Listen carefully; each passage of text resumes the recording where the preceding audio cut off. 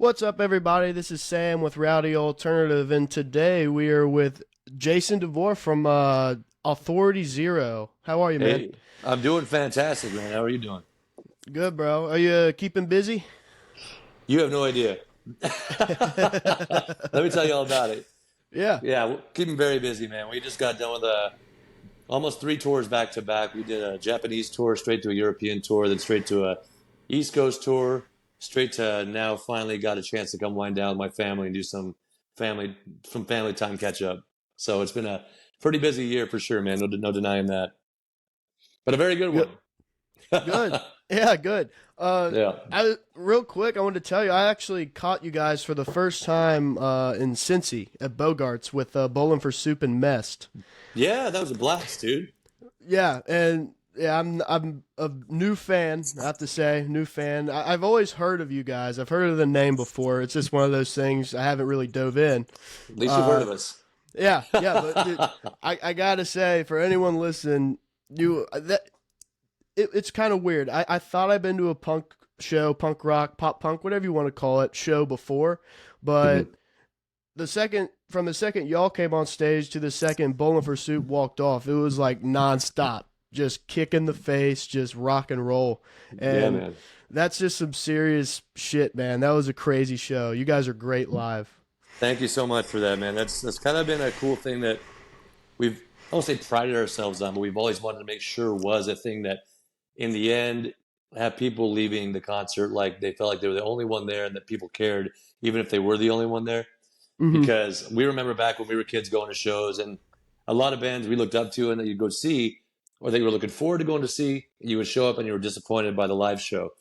And so I told myself personally as a kid, I'm like, no matter what, if I'm ever in a band that does anything worth a damn, where people even care to come out to it, aside from my parents or my buddies, Yeah. that I'm going to Hmm. make sure that they leave with the show that they wanted to get, the intensity they heard on the record, if not more, and just, they'll want to come back to another show and look more into the band itself and see what it's all about. Yeah, and another thing that stood out was the age differences there. There was little kids, there was like 50, 60 year olds. It was all in between. And so it's really cool to see the wide gap of all these people who are coming to these shows. It's still a huge part of their lives. Uh, What I think is fantastic about that too is it's a kind of a generational crossover and turnover, even turnover, bigger word, I guess, more so there because of the fact that ourselves, Mest and Bowling for Soup have all been around upwards of about 30 years. So now you're getting the kids that were into us, I guess, back when they were kids, like even like around their 18, 16 even. yeah. And their kids are now 18 and 16, which blows your mind for one.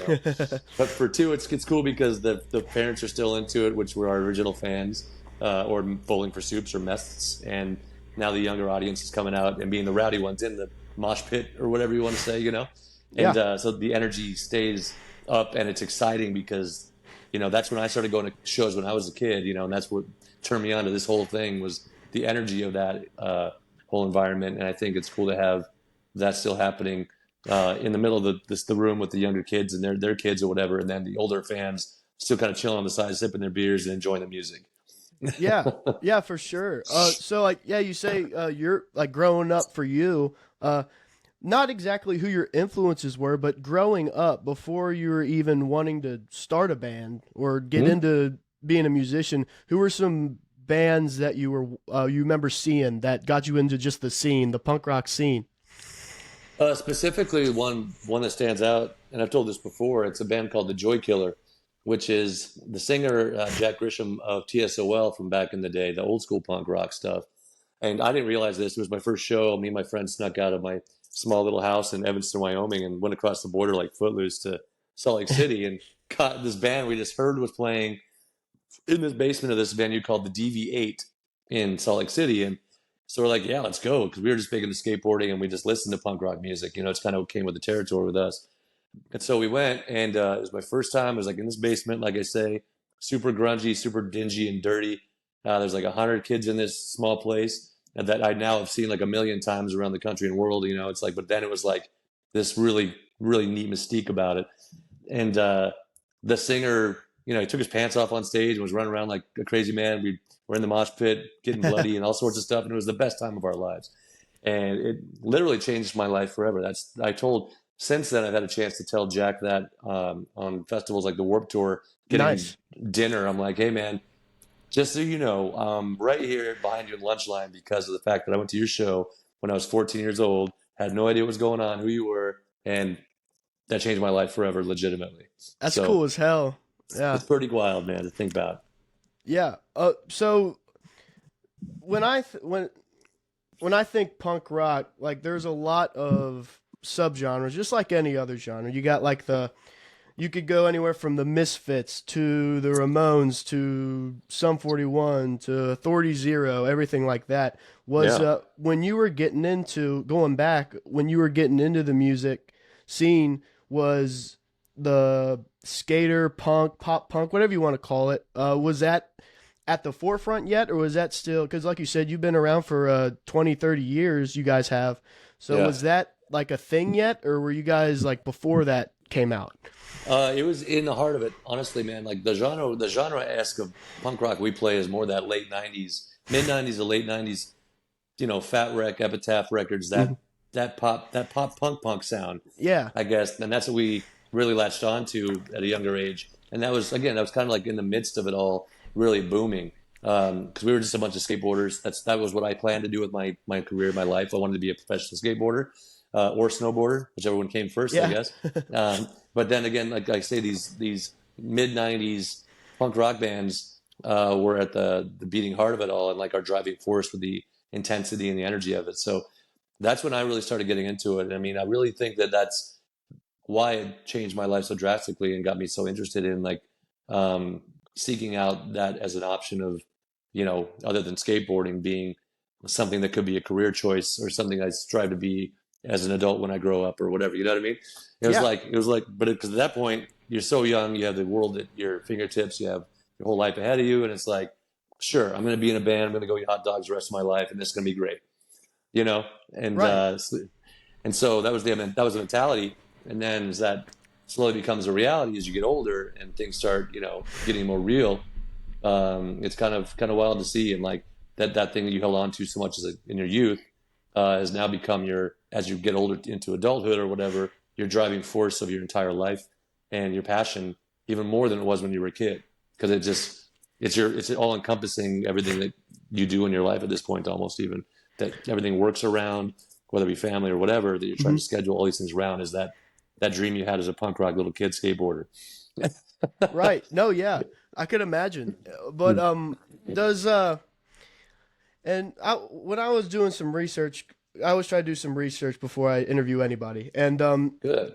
Oh, so like the term, when I listen to your guys' music, I wouldn't, it's hard to put it in a subgenre, and it doesn't need to be. Like it's always yeah. great to blur the lines, but it's like it's very unique in the fact that there's like reggae elements to it. Like you could, like your voice is super unique, I think, when it comes to the dichotomy of how it all works. Like it's a unique sound is what I'm getting at. So Thank you. Yeah. is is it in your community? This is just morbid curiosity on my part. In the Mhm. punk rock community, is pop punk, is that something that like a band like you guys would be like, I don't want to be under that, or is it like an embrace thing, or like I don't know how that is when it comes to being classified in a certain group.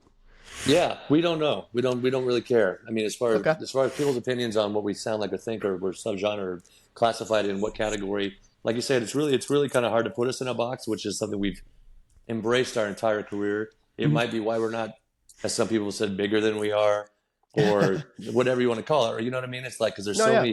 we love so much music, and we have since the beginning of this band. Like everyone's been so multifaceted in their own little um, preferences of music styles, stylistically, that what was once when we first began, each individualized, we all taught each other something about open-mindedness. Because I was so closed-minded. It's like it was not fast, it was not punk rock. I can't play it. I don't like it. That's it. That's my jam. If I can't skate to it, I can't dig it. You know what I mean? That was my mentality as a kid, and that was kind of my little role in the band. And then we had my buddy Bill, who was like big into like Chili Peppers and like Mm. jazz and blues, and he was kind of into punk rock, but he didn't like the new style. He didn't like the new style of punk rock. He was like more Misfits, Yeah. old school Black Flag.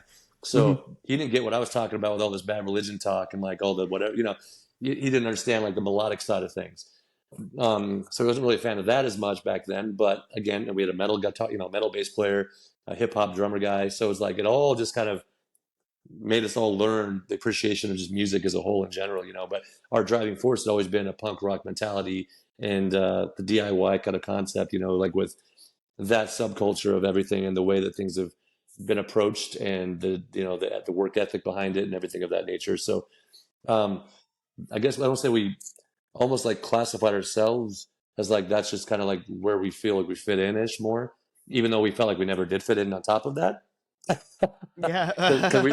we didn't have your standard punk rock sound per se, or But that's part about being punk rock. You don't fit in. and that's the thing too. You can tell people that to their ears bleed, but sometimes they're still like the the gatekeepers of whatever they think punk rock Yeah. actually is. But to us, that is correct. 100%. We feel like just doing what we've loved to do our entire life, the way we want to do it, which we have wholeheartedly to no end. Honestly, that's the most punk rock that this band could have been, fighting through those stereotypes and labels and all that stuff along the way, and just staying true to playing consistently what we just want to play. And then, records change, people change, band members have changed throughout the years, Mhm. which sometimes people think, oh, they've changed or their sounds change. And it's not because we're trying to change anyone's sound or anything, or if we ever have been viewed that way. We always have just kind of, anyone who's coming to the band, I personally, as just being one of the original guys, I've always welcomed their style, just like we always had in the beginning, into this group to be like, what do you got? It's not Mhm. like this is how we play. Now, this is how Authority Zero sounds. We have a little bit of reggae, we got a little bit of ska, a little bit of surf rock in there. We got to forget that part. Yep.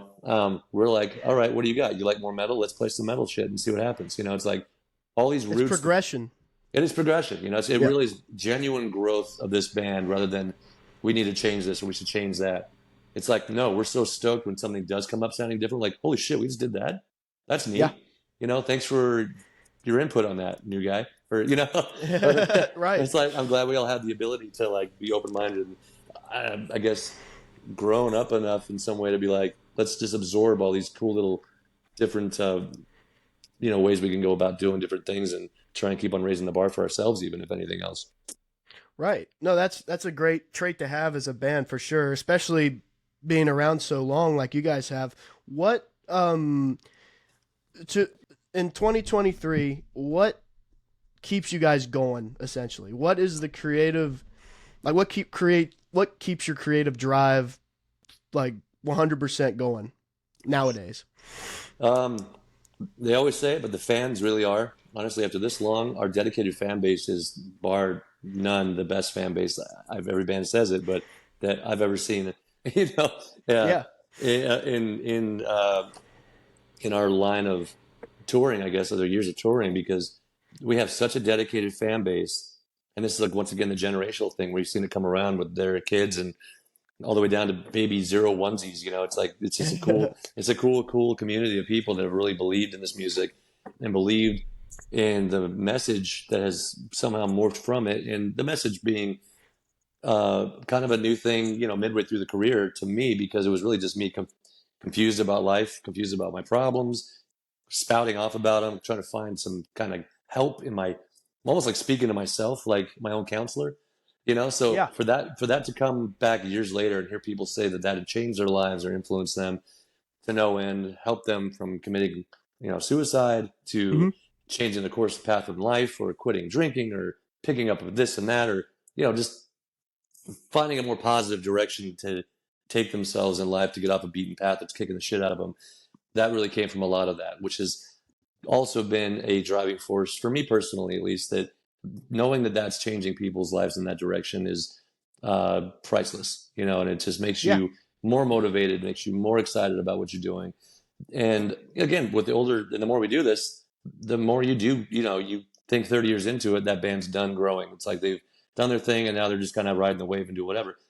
We've, as a band, consistently been growing and progressing, and people such as yourself, that have just heard of us, this many years into it, that's exciting to us. When you hear Yeah. like at the Bowling for Soup, you saw me say it that night. I was like, all right, how many people have seen us play before? Yep. Six people out of 1,000 people basically raised their hand, and I was like, that's fucking awesome. We love that because there's 80% of that giant room in the United States in each city that whatever we're playing that night that has never heard of our band, and we're still dedicated to putting on 150% of a show, taking care of our voices and whatever, our performance to make sure that they still walk away like it's the first time they've seen us play and the Yeah. first show we've ever played, but with that backlog of 30 years of prep experience behind us that brought us to that point to now do this next chapter in our lives and careers to hopefully keep on doing that around the world with, again, new advanced music. Now that we're even better at playing our instruments and have a better grasp on who we are as human beings and as a band. And it really does feel like a lot of all the shit we went through or did or whatever as a band up to this point has been in preparation for what's to come.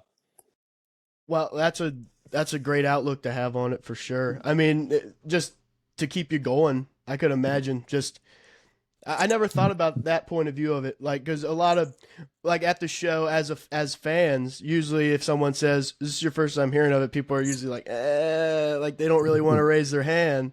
Yeah. But yeah, We're like, it's put cool them to up. hear. Yeah, it's Let's cool see to it. hear that. Yeah.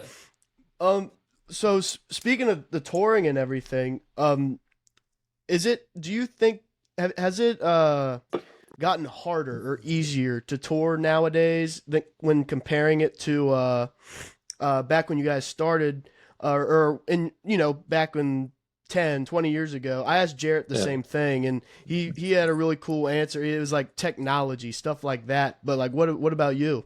I'll tell you, man, I probably have a similar answer to Jarrett because back in the early days when we were touring, of course, it was like van and trailer. We're still doing a van and trailer because for one, convenience, for two, costs. It's now also our job. We play money Mhm. from you. We play, this is what we do for our daily lives. And Yep. so it's nice to come home with money after a tour, which the less you spend on tour, obviously on bells and whistles, the more you get to take home and pay your bills to allow Right. you to keep on coming out and doing this and not, totally go in the hole and bum yourself out. So back in the day, it was no internet. It was no connection with your loved ones back home, or even if you had a girlfriend back in the day, it's like you're trying to find ways to stay in touch. And it's like that was like internet cafes, barely when there was like internet happening, with like Yeah. DOS and like dial up. So we got to see like the progression of like just mailing letters home. We've been a part of like the mailing letters home process to the dial up. Go to the internet cafes to contact your loved ones, to cell phones coming out and those being new innovative ways to keep in touch on tour. And so Jarrett, that is my response to that in the biggest ways, that the technology has really helped a lot. Secondly, I'd say it's also a lot easier because again, we're so well seasoned in it now that we just Mhm. know what to expect. Even when there's surprises, you're not surprised. Right. It's Yeah. like when Oh the yeah. shittiest thing happens, you're like, all right, just deal with it. It's like as a kid, you're like, oh, this is it. Oh, how are we gonna fix this tire? Things of that nature. It's like you just know to get to work, you need to make it happen. You need to get your ass in gear, and you just got to make the next show and make it come together. So in that regard, it's much easier because we can deal with the shit. Right. Yeah. Experience, right? I guess Experience, yeah. Yeah. Absolutely. Awesome. Going back to like just punk rock in general. Mhm. So when, at least this could just be me, but when I think of punk rock, it's I think of it very popular among the tween teenage crowd. I think with every generation, right? Mhm. So do you think that's still true to this day? Do you think it's still, or do you think it's branched out to like every age? Obviously, at the show, like I said, there was so many different ages there. But Sure. do you think there was like a certain time where it was like, okay, this is for everybody? Yes, I do. I think especially now because of what you just said. I mean, I think it was more of a youth kind of thing, but now that youth is adults. I mean, at least when we see it, we go, we play like punk rock holiday in Slovenia this last summer. And again, you get kind of the same crowd. You're seeing the adults that were the kids with their crowd that's the kids too now. So it's like, I think right now is when that's the broadest it's probably been in some time because it was, the youth angst and that kind of Hmm. stuff. And this is that generation. I'm that generation of that youth angst, and some just even older than I am. Prior to that, with the really going to the Black Flag and Minor Threat shows and Bad Brains and all of that back in the day, I think it's all broadened so much because of that time frame. Absolutely, and I think that times changed so much. I mean, things have changed so much musically certainly in the 2010s from 2010 to now, I guess more so. And again, because of technology and all of that, that it's hard to say what the next generations will bring. But I think that it's definitely imprinting a strong um, ideology and like name for itself on this now generation that's coming in, with the teenage generation now, at least from these older kids that, adults that were kids during this time frame. So that is what we have right now. I think yes, I'll say yes, but in 10 to 15 years, it's hard for me to say. Right. Yeah. So going off that then, is there a current punk rock scene, like a group of bands that come to mind that are like killing it right now, like the up and comers or like the current ones? Like, is there any that come to mind to you? Absolutely, like no contest. Our friends Chaser out of California, Willem Scream out of Boston, um, Venomous Pinks out of Beacon, where we're from, Mesa, Arizona, super up and coming. And that's like worldwide, which is crazy to see how fast it's developing too. A lot of these bands are really getting the backing and the love and the support that they deserve, and it's happening finally for them almost all at the same time, because everyone's working together again, like a local punk rock scene, but Right. worldwide. It's a beautiful thing to see, man. Geez, there's bands. Oh gosh, who else is there? There's so many bands. Really, a band called ADD out of California is coming up. A bunch of bands like Swallows Rose out of Europe. I mean, there's a list that could go on forever, really. But Have you there's heard of certainly a lot to keep up Starcrawler? with. I've never heard of Starcrawler. Okay, they're like a shock punk kind of band. I went to Louder Than Life and they were there, and they're pretty badass. But yeah, that was mainly just so I could get hip to it, because honestly I'm stuck in the past. I'm listening to like everything like 2000s and back. So Yeah, dude, write down a Wilhelm Scream for sure. They're gonna blow your mind. okay, Hot Water Music. These are bands that have been around for a while, but I mean, yeah, Hot Water Music. Um, Man, Chuck Reagan, all those guys. The Flatliners, you heard of them? yeah, I have heard of them. The Flatliners, yeah, those guys are great. Okay. Obviously, it's killing it too. It's one of those two questions, like you have so many in your brain, but like the minute you're asked, Bad Cop is a great gal band that's coming out, Okay, coming up and coming. Yeah, Bad Cop, they're killing it. right. Yeah, Awesome, badass. So everyone listening, check those guys out. check them all Yeah. out, man. Yeah. And you mentioned like when we were talking about technology, so a question came to mind with the new like streaming. Mhm. You can't really sell records anymore to the same effect as you did back in the day. Is that like, how did you guys manage to like tackle that issue? I know that's like a issue for every musician, with like the streaming, people not getting paid enough for them. Sure. Is there a way you guys compensated it, like touring, stuff like that? Touring is it, honestly. Okay. Yeah. Unfortunately, you don't make money with your online sales anymore as much as you would think that people might think you do. Even given like millions of hits, it's all singles these days. It seems like people are downloading the one song. Sometimes you're lucky and they check out your whole record, but again, digitally. So all the work you've done on the record, the art, all that stuff kind of goes lost, which is unfortunate, because that's half the fun for us, is like putting a record together, is the actual final product of it, all the thank yous and all the stuff that that goes into that, and the artwork. But what we did, specifically was touring. We just had to go out there with hard copies, and CDs are pretty much out the window. That's like we're talking about the records. But luckily, as far as actual records go, the vinyl thing has come back around. People just collect now.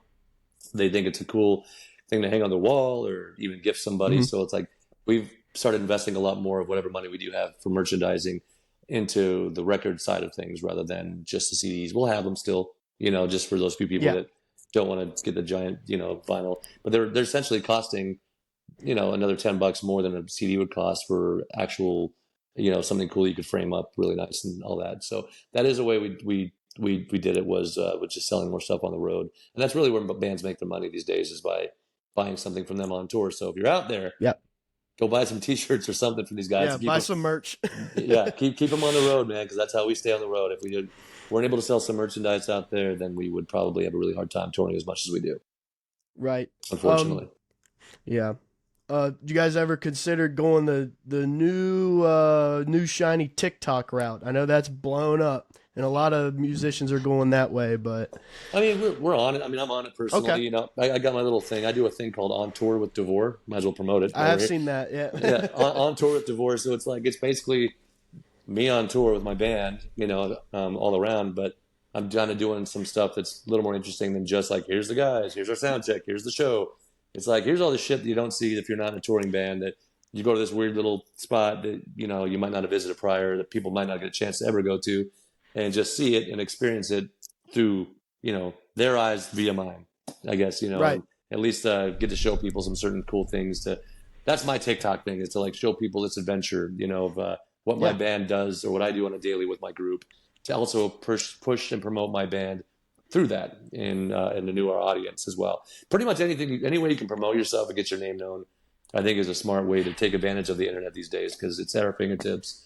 And I'll tell that to bands coming up too. They're like, "What's the best advice you have?" I'm like, "Well, nowadays I'd probably take advice from you, because you know what I mean? It's a new wave, and I'm slowly trying to catch up and keep up with it to learn as the guy with the T-bird and the bullet goes. It's like I'm that guy now, so I'm trying to catch up and like stay hip to it.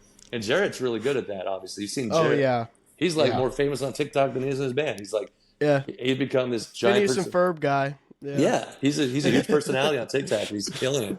So I'm gonna pick his brain some more about how we can promote the band better through these different facets again of the internet, because it's a tool that's free essentially, Mm-hmm. and that's where everybody hangs out. Yep. Unfortunately, no one's checking out too many flyers these days when you go through the work of passing them out. Even though I think it's a lost art, I did a little series on that too. That I think out in Europe you see that a lot more. You see them like plastered, like old school style, like old like the Wow. old big That's posters. Yeah.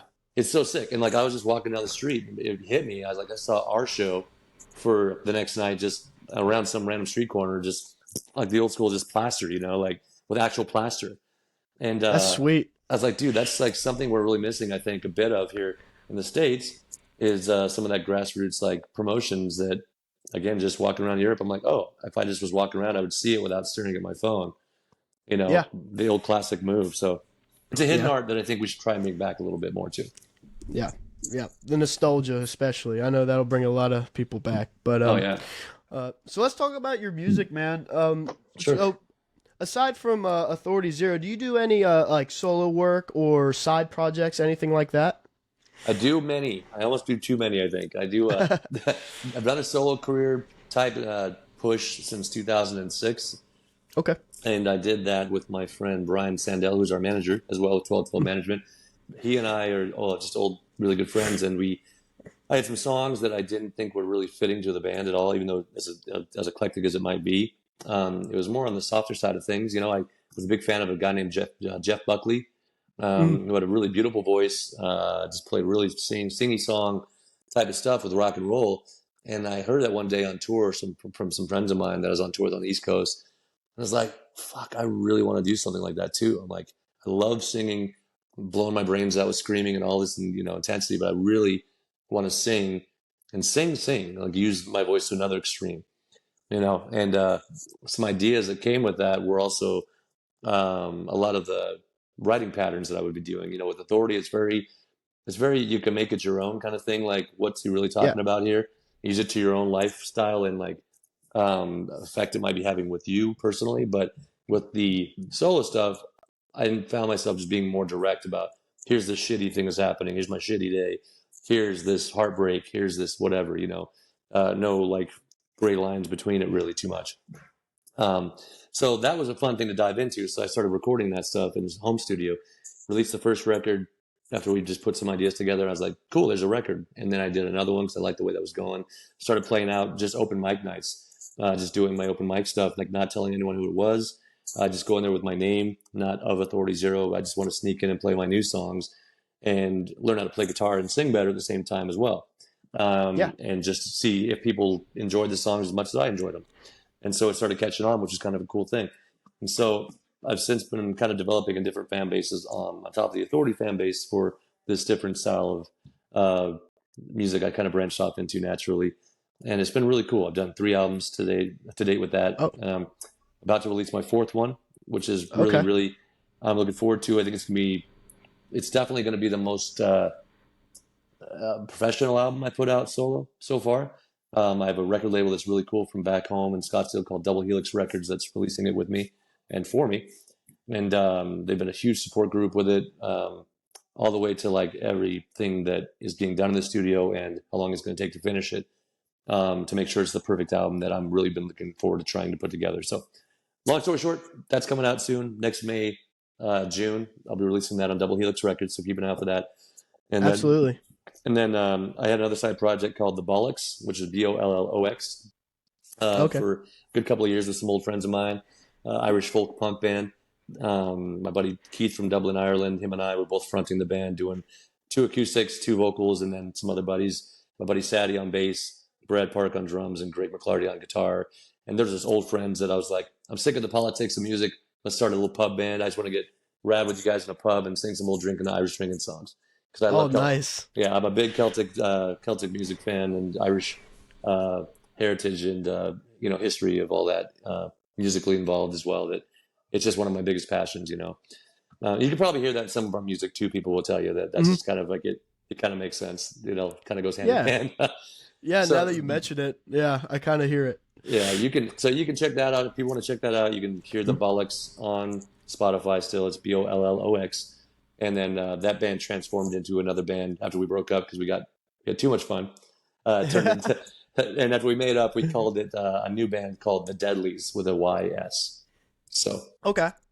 a lot of Oh, good music, a lot of fun music out there that I put together with some buddies for sure. right on. So well, going off that then is with your writing method. How does that differ between Authority Zero and then whether it be your solo or with the Deadlies or the Bollocks? How does your writing method or the way you go about it, whether it be just you or a group write, what's the difference between those? It used to be pretty just easily separated, I guess. People are like, how do you choose if this is like an Authority song or if this is a solo song? And back when I first started doing it, there was no question that it was definitely a solo song. I was like, just listen to this. I mean, come on, you know. But as time has gone on, and we've been so busy with Authority, and I'm constantly writing, it's now become a problem of like, well, this could be a Bitch and Authority Zero song actually. If we double this tempo up, I can see this being a big rock song or a big like a badass reggae jam, or something like that. So it's gotten a little bit harder in that regard as far as depicting between the two which avenue that song should go or not. But again, luckily, there's always so much going on in the world and in life that there's always something to write about. And it's like, well, we'll just put this over here for now. It's a song. We'll get back to that later, kind of thing.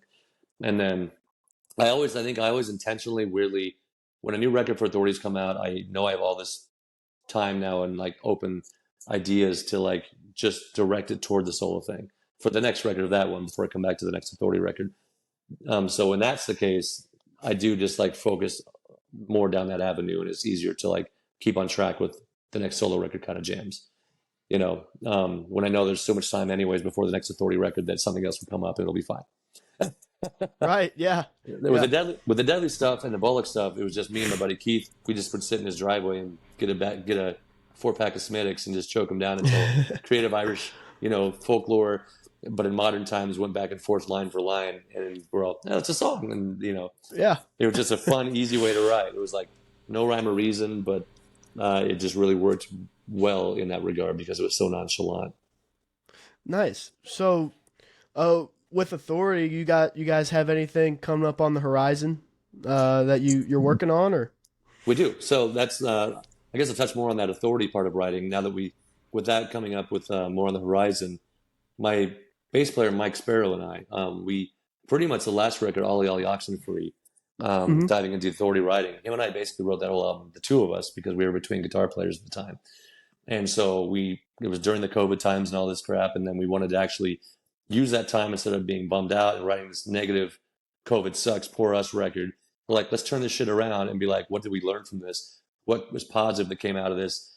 Let's fight to get out of this mess kind of thing. Use that as like fuel for fire rather than pity party downer kind of stuff. You know what I mean? And Yeah. that's where that record came from, was the two of us writing that pretty much online back and forth, because we couldn't really see each other much either during that whole Yeah. process in the beginning time. And then we'd get together for like, home demos and stuff like that and send them to our drummer Dally, and he'd put beats to it and stuff of that nature as well. So with that said, from here forward, we've been now the 4-piece collectively, myself, Brandon, Mike, and Chris Dally. which has been the full piece band at one point prior as well. And we've been casually writing music, but we're not forcing ourselves because we did like the way that the last record came out so smoothly and organically and fresh because we weren't forced to push it out. And Okay. we're really taking that Interesting. approach with that this time as well, not making ourselves feel like we need to get new shit out there because we still have. We put that record out 2 years ago in September, or well now 2 years ago now. So before that, we'd done like it'd been 5 year breaks in between records without even knowing how much time had gone by. Um, Yeah. but we plan not to do that 5 year thing again. But we're definitely writing right now and wanting to release some new stuff. Probably I'll probably say around this time next year. We're planning on putting a new record out. Okay, right on. Yeah. So, would you say that because I assume that you did it was a lot of Zoom calls, it was a lot of sending like recordings back and forth, right? Since Mhm. during the pandemic, right? Yeah. So, do you think that was you said you really liked how it turned out. Do you think that was easier than the typical way of recording a record or like turned out better than you thought? Just like the difference in we're just going to Zoom call this, send it in, we'll get it mixed, we'll get it produced, that kind of thing. Well, so with the actual recording, we did record that in the Okay. studio collectively. Yeah. So, but Okay. Mike ended up playing guitars and bass on that, which is amazing to me. He played the guitar and Yeah. the bass on all of that shit, and did his backup vocals and all this thing. So we had all that.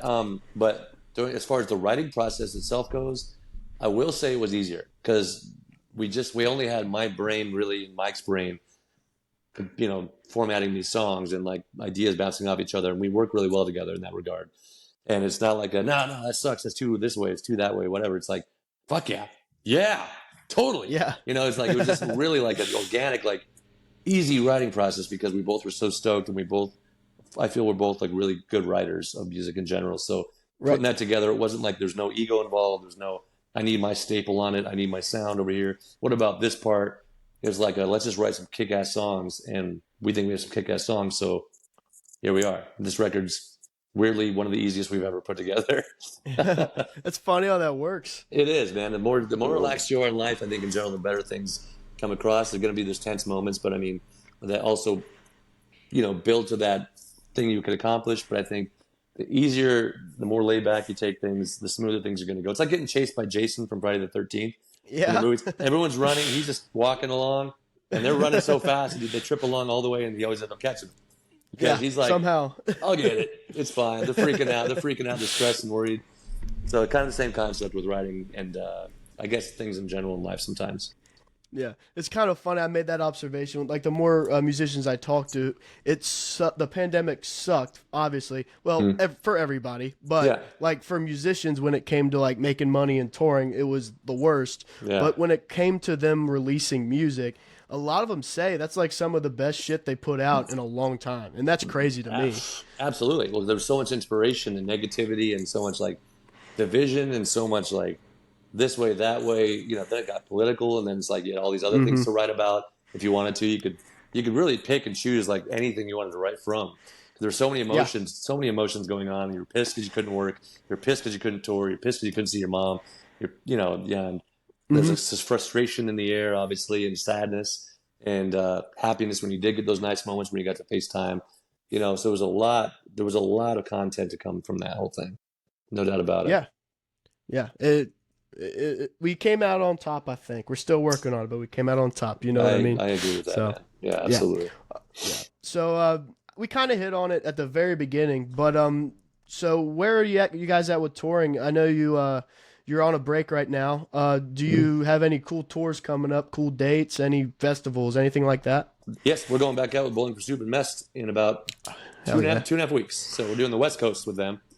Yeah. Finish- Everyone see that show. That shit was crazy good. Like I was very surprised. It was Yeah. not surprised like it was gonna be bad, but like holy shit, this is awesome. Yeah, it was a lot of fun. Front to back, you get very entertaining bands, I think, start to finish, regardless of who's playing what time and when, what slot, and it's all Yeah. very dynamic, but you still get that high energy punk, pop punk, kind of show front to back, like you say. So that's us pretty much for the year. And then next spring, we start up again with some other tours. We're not sure if we can announce them just yet in case they don't happen, Mhm. but there are a lot more things coming up for us next year. Europe involved as well as Japan and other things of that nature. Nice. And one more thing. with when I was at the show, and you guys played Mexican radio. Yep. When the person I was with, she turned back and she said, "I heard this on TikTok." And like she's never heard, she didn't know you guys either when going into the show. So I was TikTok. like, yeah. So I didn't know. Did you know that was like a popular thing on TikTok? So we found out my old guitar player, Bill Marks, actually contacted me. I was on tour, and he's like, I think he put something on Facebook. He's like, so this is a thing, I guess. And like, he's like, our song, Mexican Radio, our cover song that we did of Wall of Voodoo's from back in the 80s, was now a thing on TikTok. And I'm like, what are you talking about? And I was like, so I looked it up, and I was like, maybe it's like someone else doing a cover of it. Like, no, it's like the one that's happening that a lot of people have been hearing is our cover of Mexican Radio. We have no idea how that happened, where it came from. I didn't even know what was happening. So that's cool. It's very, very cool that that's a thing. Because that was one of these songs we did, one of the only covers we did, really in the history of the band, besides a few punk rock covers, that made a record, and that essentially was going to be a single, as like a lot of bands put singles out there, covers, but I was pretty anti that because I wanted people to know our music. So that was kind of a big push and pull back in the day with the label and all that with me. But it is nice to see it getting some recognition, because it was such a struggle back in the day to put together and make it come to be a good sounding cover song. Yeah. So it makes me proud to hear that. I've yet to see it on TikTok pop up. I'm not sure where to look. Do you know where to look for this like amazing Mexican Radio TikTok thing? Dude, I'm clueless too on it. I'm an old soul. I don't know how to use this shit. Right. But I typed it in. It popped up a few times, but apparently it's popular. So connect with that younger generation. Whatever works. I'm telling you, man. Let's keep it going. Yeah, keep the fresh ears coming out. But Jason, man, I appreciate you hopping on. Absolutely. This is a lot of fun. Yeah, dude. Before we go, if you want to plug anything, any socials, anything else that we left out, go on ahead. Please, check out, obviously, the band. AuthorityZero.com is where you can find pretty much links to all of our social media with Facebook, Instagram. TikTok's on there, too. I found that out by tagging our own band, actually. That's how I learned something. Pretty soon, check out for my solo stuff, since we talked about it. Check out JasonDeVore.com. I'll have a site coming up again that's rebuilt pretty soon for this new record with the label. Also, please check out. I do a lot of art that's also incorporated with the band's lyrical content and things of that nature. Called just go to DeVore Arts with an S and imagery.com, and you can see a lot of my art pieces that stemmed from the COVID pandemic thing. That once again, musicians were trying to find a way to try and make a living, so I picked up the pen again and started getting creative. Are these for sale? Could you buy like prints of them and stuff? They are for sale. They also, there's skateboard versions that I've done with them with my skateboard company called Earth Skateboards. Oh, nice. So you can check out skateearth.com. That's my skateboard company. That's a charity organization that does a lot of cool stuff with other bands and charity organizations to help raise money in different facets. And everything's available on those websites if you want to check out some different things musically or otherwise. Yeah, awesome. But hang around for a quick second after I sign off here. We'll make sure everything's good. But Jason, thanks a lot, man. Appreciate you, Sam. It's been fun. Yep. And everybody, this is Jason DeVore from Authority Zero. I'm Sam, and thanks for listening.